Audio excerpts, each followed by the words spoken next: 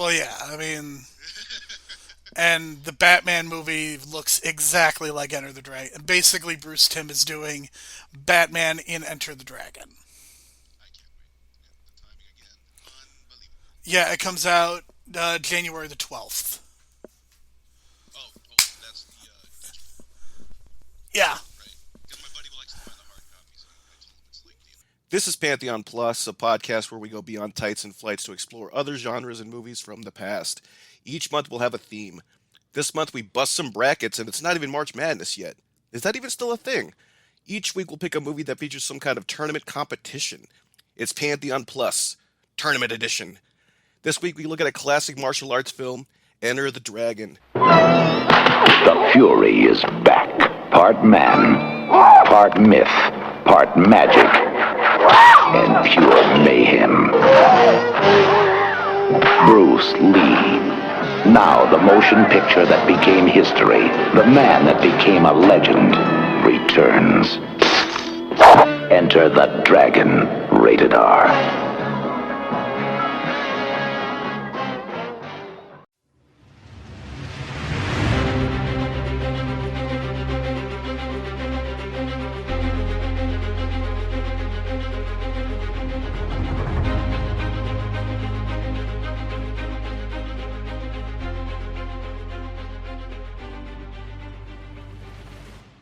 My name is Brian the Brain. You can find me on Twitter at Brian the Brain. You can find additional episodes of this podcast through Apple Podcasts, Stitcher, Spotify, and all your favorite podcast apps through the real world. We strongly encourage you to leave a 4 or 5 star review to help people discover the show and the great work that the folks at the real world are doing. If you want to interact with us or send feedback, you can do so by going on Twitter at Hero Pantheon. And my co-host for this month, of course, is Jerome. He can be found on Twitter at Jerome C 1985.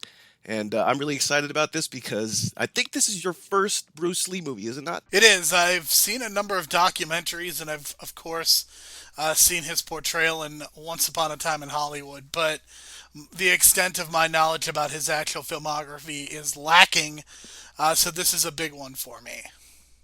Yeah, so we can't really talk about Enter the Dragon, of course, without talking about the man himself, Bruce Lee. Little background, because there's so much you can look up on him in biographies, documentaries, like we mentioned. But just a little background: he was actually born in San Francisco, raised in Hong Kong, but he was actually also a child actor. His father was like a kind of a drama actor as well, so he kind of got integrated as a child actor. But he got educated, or his high school education was actually in Seattle, Washington. He actually went to college in Seattle, Washington. He dropped out, but at the time, he learned how to do, Jeet Kune Do, martial arts, and kind of became this, kind of master. Opened up his own school. When word got around, sometimes you need to cast a certain person. When the Green Hornet started casting around 1964, 65, they needed a martial arts expert. He got called in. History's been made. So the role of Kato went to Bruce Lee on the Green Hornet. As you know, we like to connect things here on the podcast. So Batman 66 actually was one of the first shows to cross over with another TV show, crossed over with the Green Hornet. So it was really cool because I have it on my Blu-ray with I think it's season 2, I want to say, maybe season 3. I haven't got there yet because I'm still lacking on my Batman 66 watch order, but it's definitely on there. Bruce Lee does the cameo. They, have the synopsis and everything, so it's really cool to have on film. It's just one of those pieces of history, Batman and Bruce Lee as Kato.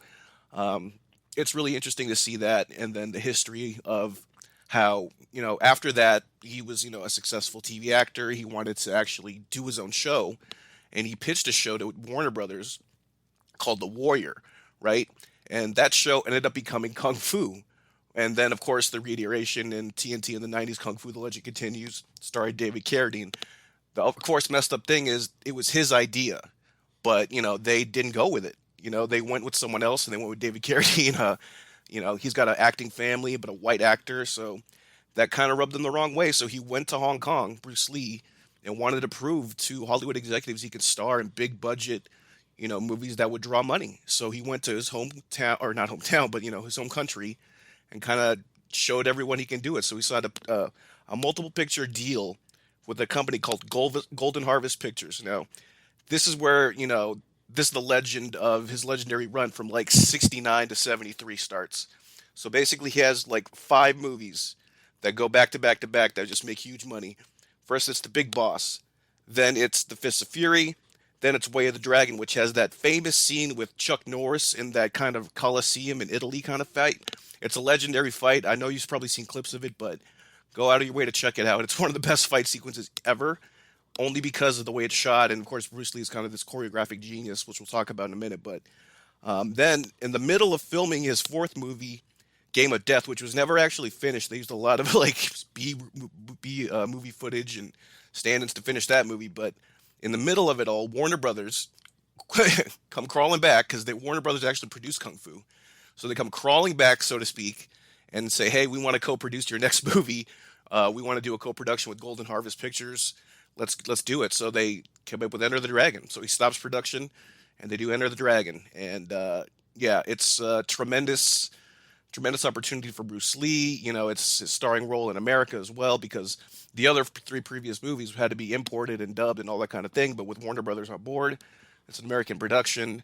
Yeah, it's a hell of a a hell of a run for Bruce Lee in a 3 year span. To tell you that much, because his movies gross so much money. I don't have the numbers in front of me, but for the numbers is for Enter the Dragon just alone, a budget of $850,000. That's co-produced with Warner Brothers, and they did the advertising in America and all that. Worldwide gross $350 million for 1973. That is insane. I think if my math is correct, you can help me out here, Jerome. So that would be an equivalent to a budget of today, what, 4 million, and then grossing $1.5 billion. I mean, it's about that. It's definitely a lot of money that they made off of this production, and it is pretty remarkable to think that that they were able to make a $350 million film, a movie that would gross that much in 1973. I mean, it is remarkable. It just shows you the ubiquitous nature of Bruce Lee and just how popular he was, not just in one country, but in multiple countries.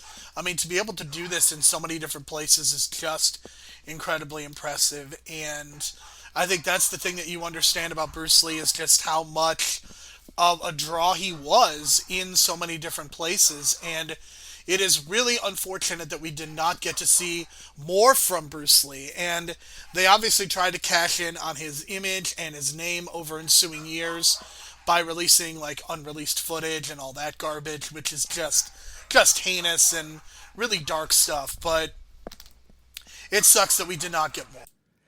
Yeah, it's really unfortunate, and there's a documentary out there called Bruce Lee: A Warrior's Journey. I want to shout that out. I think it's 2004 it came out, but that's where they kind of finally released the unreleased footage of Game of Death, the movie that he was working on before Warner Brothers called him up to do Enter the Dragon. They found a lot of found footage of that, and there's a lot of great stuff in there. I'd recommend checking out a good hour of it. Even though you don't really see the first half of what he shot, but it's mainly the second half of an incomplete movie. But the way it's structured, it's just him going through a tower, essentially the same way John Wick goes through a tower of death in John Wick 3, and the top of the tower is Kareem Abdul-Jabbar as a karate master. So it's pretty dope to see. So I recommend checking that out. But in terms of the casting, of course, they had to kind of Americanize it, right? So for Warner Brothers, they wanted some of these roles to go to some known actors. But because it's a martial arts movie, you need some kind of background, right? So they chose veteran actor John Saxon, who we saw in Beverly Hills Cop 3. You know him as the dad in Nightmare on Elm Street. He'd done a lot of stuff before him, but they chose him because he had a judo background, and you can kind of see that because he's very hands-on in the performance itself. So you got to credit to him for that. Unfortunately, though, he's got an amazing, amazing agent, because he worked it out where in the original script he was supposed to die, and the character of Williams, played by Jim Kelly, was supposed to live. They swapped that out because he wanted to live in the movie, and he had the power, so he did it. So there's white privilege for you in 1972 Hollywood, which kind of sucks, but that's what we got to live with. But the other, of course, big casting is Jim Kelly, who was kind of like, he wasn't even intending to be an actor, I don't think. He was just a martial arts teacher that kind of had, I think, a background role in something else. And of course, when word goes around, when you're a martial arts expert and there's martial arts movies being produced in Hollywood, word gets round.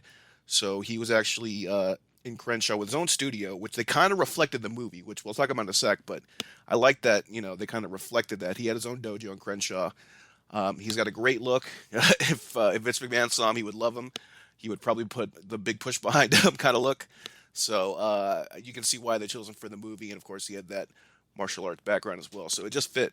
So they got all the roles kind of filled out, and everything kind of fit, man. They got the soundtrack down. If you watch the beginning of this movie, like any classic Warner Brothers movie, it's the classic Warner Brothers logo, which I love. So everything was kind of, everything was just fitting together. Unfortunately, a month before the movie comes out, Bruce Lee died, which is incredibly tragic. And if you look on the research, it's kind of confusing as to why he died. It's allergic reaction to painkillers, and he had a certain DNA, that had certain DNA structures have certain how do I say this, allergic reactions to certain chemicals, and certain chemicals to certain painkillers. So it just didn't mesh with his body. And of course, there's conspiracy theories out there that I don't want to get into, but it's just so tragic because it reminds you of something like Heath Ledger, which was months before him. But this is literally like, I think it was a week before the premiere, a month before the movie came out in the States. So it was really tragic, man. And of course, you just mentioned before how they had to finish Game of Death, and they just did it in the shittiest way possible by using actual footage from his funeral and stand-ins and all that. And of course, we know the history of kind of replicating the Bruce Lee image in future movies in the '70s and '80s, which kind of were in bad taste, obviously, but they were trying to make a buck. So that's kind of the story of the production of it all. And overall, we mentioned the numbers. This was a tremendous hit, and culturally over time, you can see how much it's like impacted a lot of generations of people. People still love Bruce Lee. We just saw the documentary on ESPN. I personally didn't see it because I've seen so many documentaries on Bruce Lee already that kind of, I didn't have to watch it, but you can kind of tell there's a lot of love put into it, and it's still a lot of people love Bruce Lee. You go to the fight store and fight shop in Vegas, so many Bruce Lee T-shirts. Even at Target, every once in a while, there's Bruce Lee T-shirts. So he's the man, and it kind of shows you too this idea that a small person. I hate to get into business talk, but a small, muscular dude who's not like 7 foot and jacked can still draw as like this big action star. Arnold Schwarzenegger is like 6 foot tall, I think. He's not that tall, but you know what I mean? Like compared to Bruce Lee could still draw, man, and he's really small. So this idea that you have to be big, man, Bruce Lee proves a lot of people wrong, I think, and he was still that big of a draw. And before we get into the movie itself, what are your kind of final thoughts on Bruce Lee and kind of his run and his tragic, unfortunate death? I mean, I think that his death kind of makes things even. I mean, it just makes it sadder because you know that he would have gone on a pretty crazy run, and and kung fu movies probably would have been an even bigger deal than they are. I think they certainly have their audience. They have a niche audience, but I think it's taken a really long time for action in the United States to really catch up to the things that we were even seeing in Enter the Dragon.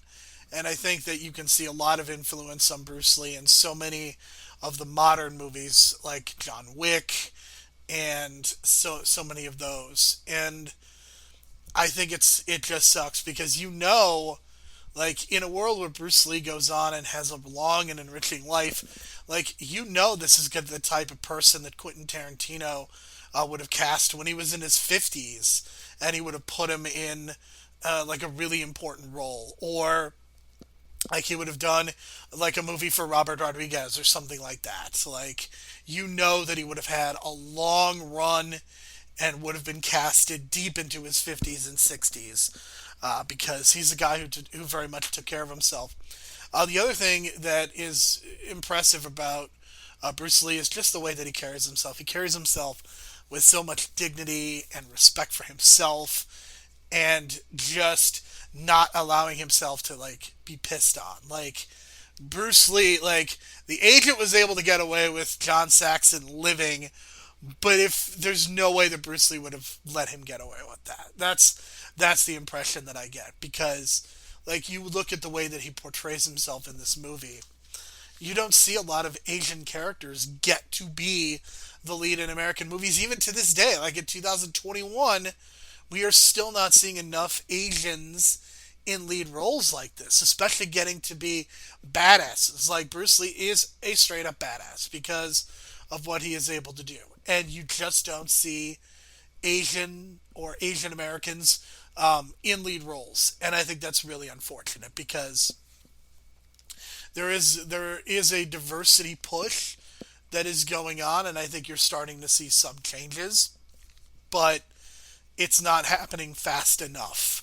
And I think it really does need to happen a lot faster because I think we know with Bruce Lee and what he was able to do in his time. Like, just imagine being able to put Asians in prominent roles and thinking about, just like from a financial perspective, like how much money you can make by putting someone in that lead role and being able to transfer it over, and how much money you can make in America, places like Japan, China, which is probably the fastest growing market for films, South Korea, which we know has developed a strong reputation because of Bong Joon Ho, but even for other reasons as well. I mean, we've reviewed a couple other Korean films, and other Korean films are going to be reviewed on this podcasting network in the coming months. Yeah, and it's unfortunate, man, because when you mentioned the whole we need more Asian actors, it just made me think of the whole Doctor Strange thing and the potential there, and maybe an Asian Doctor Strange could have changed the game a little bit, but who knows? It's worth thinking about, but at least you're thinking about the future of these kind of things, and we're more conscious of it now, and it's not just because Crazy Rich Asians made a bunch of money and shook things up. It's been brewing for a while, and obviously it's been brewing since even the '70s and before that. So now let's get into the movie about what works about this movie, because a lot of things still like work a lot aesthetically for this film, because like they use a ton of extras, like a ton, and I'm talking like actual people from Hong Kong from the streets, actual like children like pushing carts and stuff like that, just crazy stuff. And then you see the actual, people pushing the boats and stuff, and then the extras when they're on the island, and the actual like large scale of it all. Just tremendous stuff the way it's shot. And then of course I love the use of colors, because obviously in a movie like this where it's a bunch of good guys and bad guys, if they were all wearing the same thing, obviously it would just look like a blur. But luckily they know how to use colors. For instance, Bruce Lee in this movie is wearing like white top, black pants. Roper's got the yellow gear. I think Jim Kelly also has the yellow gear, so they were distinguishable. All the bad guys are in white. All the people who are prisoners that break out at the end are in black, fighting the people in the white. So it just all makes sense color wise. It helped you understand who's the good guy, who's the bad guy, and obviously it's little things like that that help you enjoy a movie better. Sometimes these details are overlooked in movies, and it gets kind of confusing, and you want to make everyone so distinctive and unique, but you can't really distinguish who's good guy and bad guy. But do it simple like this, man, just simple colors. And of course, the score is great. It's got that '70s feel, and this is a typical kind of Bond movie. It's a Bond movie plot, basically. It's just basically there's a Bond villain on an island. Bruce Lee, Mr. Lee, they call him in this movie, is pretty much a James Bond. He gets summoned by what I assume is the British government, because Hong Kong is still under British jurisdiction. That's the kind of way I understand it all, and needs to go on the island. Get rid of this terrorist, whatever you want to call him, Mr. Han, who used to be part of Mr. Lee's Shaolin school or whatever. So he's kind of this disgraced student who left and disgraced his teacher, and he wants to get revenge and all these crazy things. So it's a ludicrous plot, but that's what James Bond movies were pretty much early '70s to early '80s, late or mid '80s. These kind of crazy convoluted plots. So if you can kind of get past that and just enjoy the aesthetics of it all and the performances, it really comes off really well. And like I mentioned, the feel of it all has got this '70s spy thriller kind of feel, and I'm really digging it, man. And I still dig it today.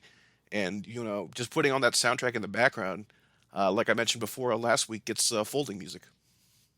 Yeah, I really appreciated the score as well. I think the music in this movie is very good, and I think this was a point when James Bond was white hot, and I think that even though James Bond is very popular now, we live in the world of 500 streaming television shows and 150 to 200 movies coming out every year.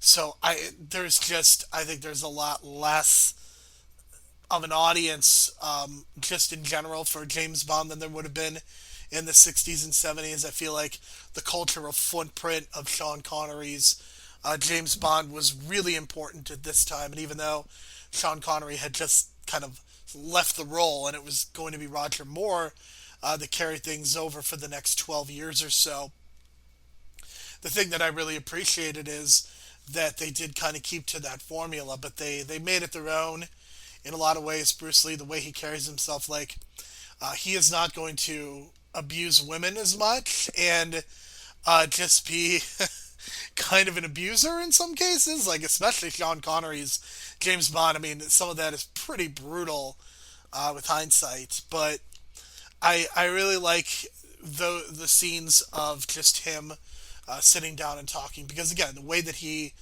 conducts himself is just so unique and different from because I mean I think it's we're at a point where I think a lot of Asian characters are relegated to either a sidekick role, a best friend role, or something like that, and we don't really get to see them in lead roles. And it was just refreshing for this reason alone.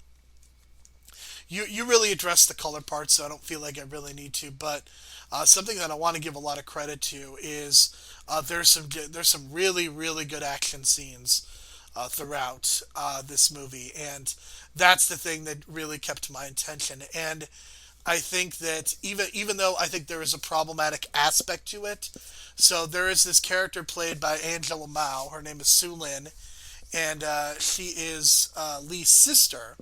And there is an early scene where Lee's sister kills herself. I think that's the interpretation that I have of what happened with her.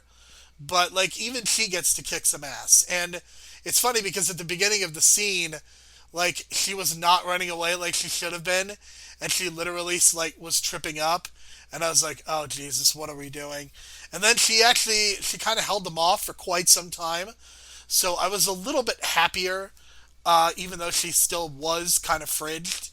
I appreciated the fact that she did get to kick some ass on her own. I think that, look, this movie was made in 1973, so there are going to be those problematic elements. And one of them is that Jim Kelly, as Williams, of course, also was going to die because he's the black character. And, of course, he gets hung as well, which is also a stellar visual for 1973, having a black man hung, basically, and then tossed in the water. Tossed in the water.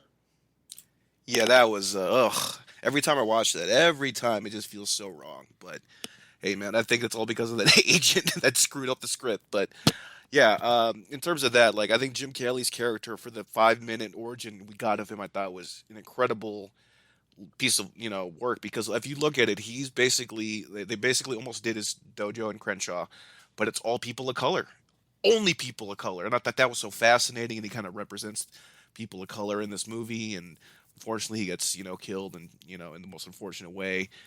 He held up his own, but Han kind of kicked his ass with that hook thing he has on his hand, the villain. So unfortunately he got it, but yeah, it sucks, but it kind of laid groundwork for his future roles because I looked at his filmography and he ended up doing a lot of black exploitation kung fu movies, and probably because of that, that 5 minute origin story, people were like, oh, you can do a lot of different movies based on that 5 minute scene of him just leaving and doing different characters and just being that guy who leaves his dojo and off doing an adventure. So in a way, it kind of helped, but it didn't really help in terms of like the overall story 30 or 40 years later, looking back at it, because it didn't. It still leaves a sour taste in my mouth, but Bruce Lee does live at the end, and he's the big hero of it all, beats Han or whatever. But yeah, I just thought that little background of his was just so great for 5 minutes. And then we talk about it. This is a tournament, right? This is tournament month. So basically, the idea, and if tell me, like, if you if this sounds familiar, it probably is because it's starting to ring some bells. So it's an invitation to a mysterious tournament on a mysterious island on some far off place, and you meet a unique cast of characters and make friends with along the way, and then you face the big boss at the end. Sound familiar? So yeah, it's basically Bloodsport and Mortal Kombat and all those other rip-offs down the line, but the basic plot structure of this movie is still used to this day in other movies. So other kung fu movies, other tournament-esque movies. I know there's a parody, Balls of Fury, which I almost considered reviewing for this podcast, but I didn't. Same thing, man. But it's something about this plot structure that just still works, and you can plug things in and out, and somehow it's still an effective kind of plot structure because it basically gives you a beginning, middle, and end, and it gives you everything in Act 1, 2, and 3. And, getting on the boat, just like Mortal Kombat, all that stuff, the way on the island, the feast before getting the tournament, an exhibition match, all that kind of stuff. And, shout out to Bolo, he's, that's his name, Bolo. It's what he plays in the movie, and that's his actual name. But he's actually the big guy, Chong Li in Bloodsport, which we'll talk about next week as well. So that's pretty awesome. You know what I mean? Just it's kind of like, unfortunately, like stereotype casting, but he was willing to do it, and then he just. We'll talk about it next week. But Bolo, I thought was awesome in this movie as well. As like a henchman. There's some other henchmen as well that they kind of take care of, but the whole idea of henchmen and all that kind of thing, it was fun, and it's not supposed to be a serious movie, even though they kind of take it serious at times, but it still has a lot going for it. You know what I mean? And I especially love the final scene at the end, which I'm pretty sure other movies are ripped off too. Now that I looked it up, it's basically a fight scene in a hall of mirrors, right? We've seen that kind of thing before, but he kind of the bad guy Han is just kind of getting around him. I'm sure James Bond movies have used this as well. I think the Man with the Golden Gun, I think had the same kind of ending, if I'm remembering correctly. But it's basically got to break each mirror to finally get to the main guy until there's no more mirrors and there's no more illusion. And I think Conan the Barbarian ripped that off too. But the way they did it here, man, in the last 5 minutes was just spectacularly done. And credit to the cinematographer because it was well shot with the mirrors and everything, and there was no botches of seeing the camera in any mirror or anything like that. The lighting was great. So credit to them, man. They really got the aesthetic down. That's pretty much what works for me. I don't know anything final thoughts before we kind of go into, of course, some of the negatives because of the writing process of the 70s. It's interesting to me that Jackie Chan is apparently in this movie. I did not spot him, but he apparently has a small role as one of Han's henchmen. Did you know that? I kind of looked at that, but I didn't want to believe it because I didn't want to, you could put a lot of things on Wikipedia, but I'm sure there's a YouTube clip out there because, like we mentioned, there are a ton of extras in this movie. Like, once they get to the island, it's probably twice as many extras of just dudes doing karate or whatever, but not surprising. So yeah, that's just one more thing I wanted to note. I mean, I think, look, the acting in this movie is pretty much nonsense, but I think that when you get down to the fighting sequences, I think all of them work for various different reasons, and it's not just Bruce Lee, but it's really everyone, and I think everyone just excels in the role. I mean, again, you're not asking these people to put on an Academy-winning performance. I mean, like the action scenes are the equivalent of dialogue scenes in a drama. I mean, that's how they communicate with one another, and I think it's really great. I was just so incredibly impressed by the fighting because again, it's 1973. We don't have the ability to do a lot of stunt work and like hide things, so they actually had to fight, and I think it was very impressive just all around. I think that all of the performances were good. I think you certainly cited the ones that worked, but I think just the three leads to have Bruce Lee, John Sachs, and Jim Kelly to be as good as they were, I think is ultimately what makes this movie work. And I really enjoyed this. I enjoyed this and even Bloodsport far more than I thought I would. And it's not because of the dialogue. And the other thing that I like is this movie is an hour and 42 minutes, and I think that's the perfect amount of time. I mean, I think for this movie to be even close to 2 hours, I think if you add like 10 to 15 minutes to this movie, then I think it becomes really excessive. But at 1 hour and 42 minutes, this is absolutely perfect for what they were trying to do and what they were trying to accomplish. Because again, this movie is a big deal, and it is a very significant movie in the history of cinema. Because even though I guess it's technically not considered to be his last movie, but I mean, for the reality is that in a lot of ways it is kind of his last movie. It's the last movie that he was alive for, that got basically finished. I mean, he died a week before the premiere, but basically this is the one that got finished before he passed, and it sucks. It really sucks that we don't have any more of these kinds of movies after this one. I know that there are a couple of kung fu action movies that feature him, but it sucks that we did not get to see more of this specific character and like continuing on with this franchise in some way, maybe similarly to how they do the James Bond movies. Not necessarily having a lot of continuity, but still being able to do these different things and do these interesting twists on the character. Yeah, it's really unfortunate. And just a quick note, like I'll take note of this each movie, but they never finished the tournament in this one. Just we'll take note of that one. Okay, for this movie, they don't finish the tournament. Right. I think it's funny that we are doing tournament month, and the first movie that we are reviewing, the tournament ultimately does not pay off. Yeah, it's a red herring. What do you know?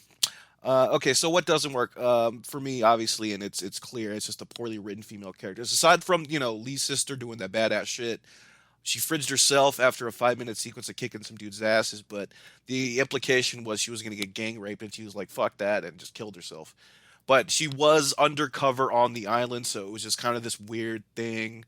You know what I mean? It's the kind of soldier that's willing to go down, and we've seen these kind of things before. So I kind of get where they were going with that, but just the other female characters in this movie are just like literally servants and just like kidnapped women who become drugged up prostitutes for the men on the island. It's just really fucked up, and a lot of them don't have like really strong characters. Maybe one has a decent one. She's like the inside person to the British government that's already on the island and infiltrated the island.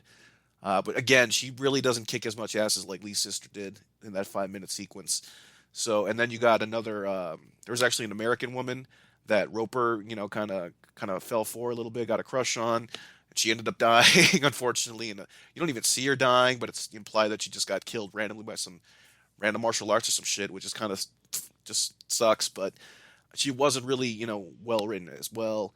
So it's just kind of this symptomatic thing. But again, it's to me, I think scripts now, especially the last 15 years, have gotten way better in terms of like character structure and writing, all that kind of thing. Here, they really weren't going for that. It looks like they were kind of speeding up the process, trying to get this movie done really quick, quick production time and all that kind of thing. So that probably explains why. But again, hour and 40 minutes in and out.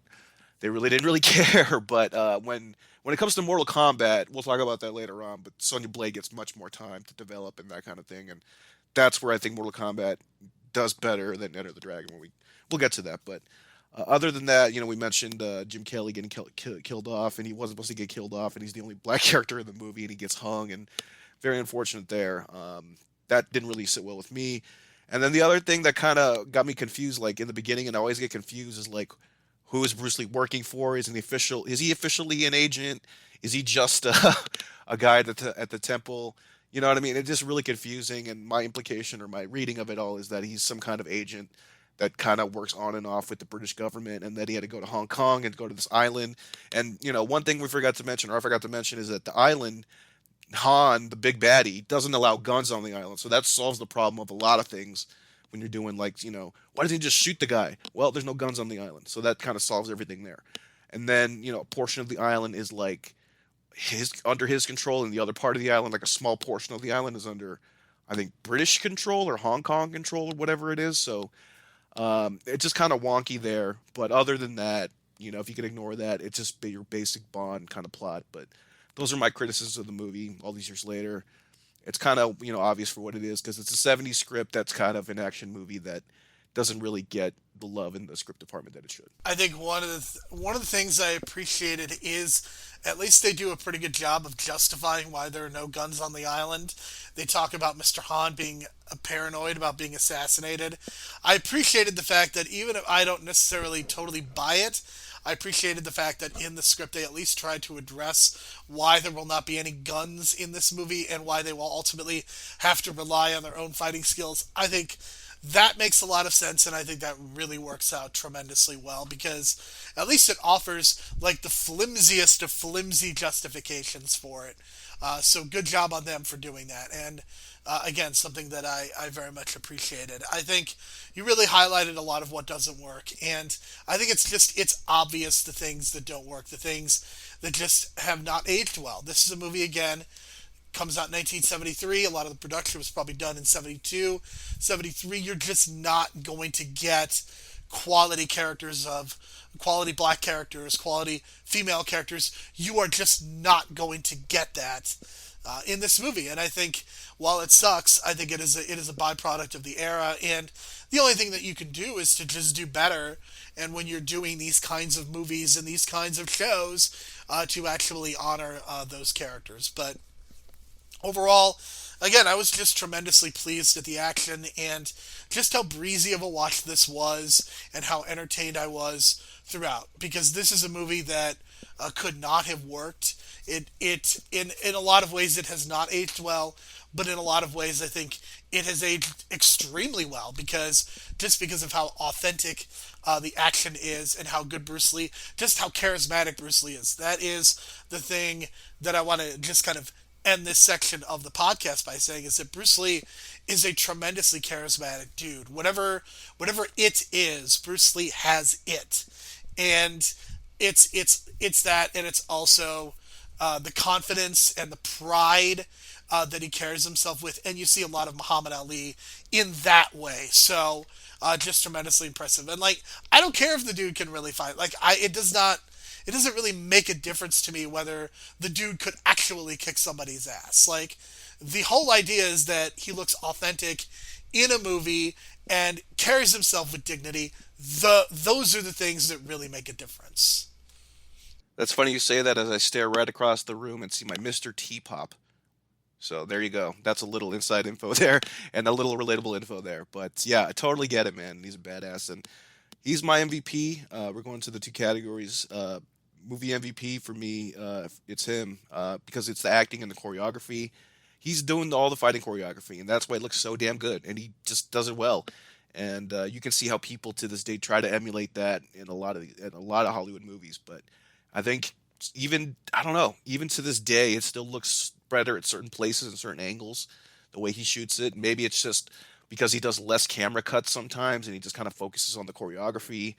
I don't know what it is. It just looks so much better, and obviously some of it doesn't age well when it's kind of like you're missing by a couple inches on screen because you're doing it in one take, that kind of thing. But still, it looks tremendous, and because he did the acting and the fight choreography, it's a two-way combo, especially with the other movies he does them as well. To have that much weight and influence on the movie and the look of the movie, he's definitely my MVP, and I guess performance as well. I almost wanted to say Hunter Roper, but yeah, just that intensity he brings at the beginning of the movie when he's thinking about his sister, and the fact that it makes me think like they didn't want to pick him for the kung fu show because of his accent, quote unquote, his thick accent, but he's able to carry the dialogue in the beginning of the movie. So credit to Bruce Lee, man. He proved a lot of people wrong with this movie, I think.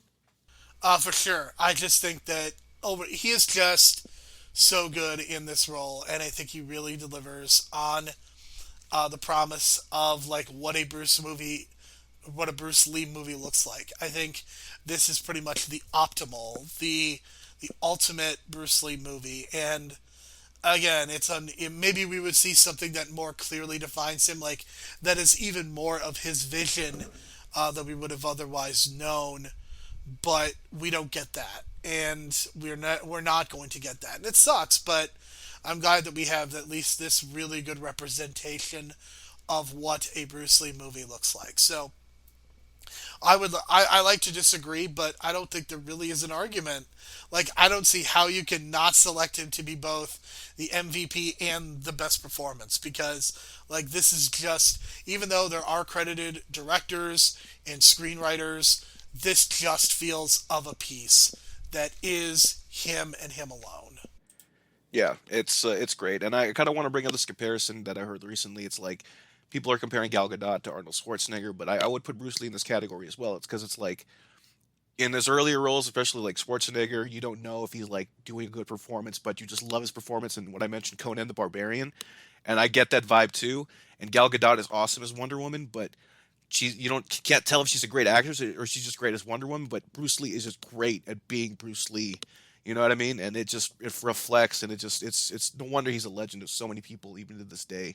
And I have my set of Bruce Lee collectibles here and there, so it's really it's great that we got this time to talk about him and kind of honor his legacy with this movie. So in terms of tournaments, this tournament doesn't actually finish, but next week the tournament will finish because Jean Claude Van Damme kind of steps in those shoes and kind of takes the place of Bruce Lee in what is essentially a remake almost, but it doesn't take place on an island. It still takes place in Hong Kong, I think.